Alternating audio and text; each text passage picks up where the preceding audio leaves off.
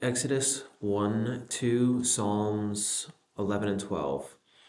And Exodus, which I still have to grasp the entire concept, but it sounds like Exodus is they're being led. This is the journey for them to be led out of Egypt where they've been slaves. So Exodus 1, the descendants of Jacob grow numerous in Egypt, fulfilling God's promise of fruitfulness, but their increasing population alarms Pharaoh. In fear, he enslaves them and orders Hebrew midwives to kill male infants. However, the midwives fear God and disobey, preserving the children and ensuring God's blessing in Israel. So, um, I think this is a new Pharaoh in town, and he's not cool like Joseph sort of was. And um, so this Pharaoh knows that his slaves are growing in force. They're becoming increasingly agitated, and they're on trajectory to overpower him. So he tells them that um, to get rid of all the male infants, and the midwives. It sounds like they kind of turn the other cheek, and so I mean that like bought them a little bit of time, but lo and behold, the male population keeps increasing. So Pharaoh has to address this again, and I think in the second passing, it wasn't just to kill them at birth. The second round was kill them all the way up to like 2 or 3 years old, I think.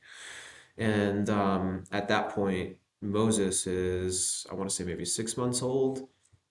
This is Exodus 2, I believe. Moses is born during Pharaoh's cruel decree and is hidden by his mother. He is eventually discovered and adopted by Pharaoh's daughter.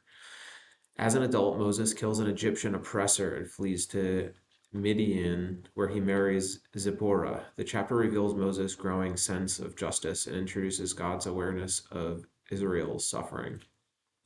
So Pharaoh's daughter sees the basket.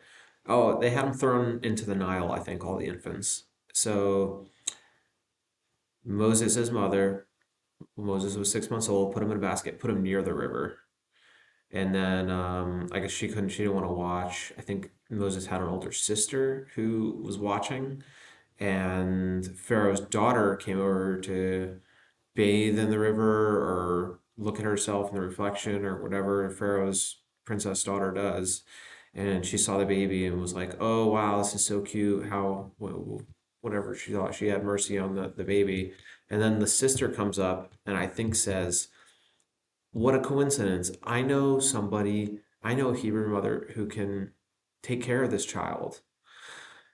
And then the mother comes in and nurses Moses, probably to a certain age. So kind of an interesting story. I mean, it's still sad, I guess, that the mother lost Moses, but it's sad that all the infants were killed.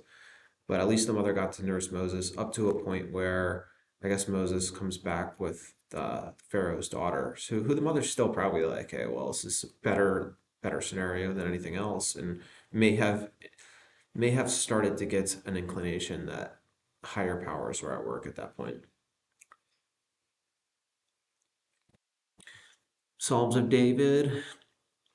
David declares, Psalm 11, David declares trust in God despite threats from the wicked. He rejects fear, affirming that God reigns in his holy temple, sees all, and tests the righteous. The psalm contrasts the destruction of the wicked with a promise that the upright will see God's face, emphasizing divine justice. I think we see a theme here with a lot of David's psalms where there is a cry, an anguishing distress call, followed by this sort of middle ground where it transitions into being like, even though things are bad, um, he just has this middle ground where it shifts to things being bad, but it's okay because that's what God is here to handle these sorts of scenario. And so it always starts, at least a lot of the pattern I've recognized is they start on this cry for help, this distress call, and they sort of end with like, I know that God can hear it.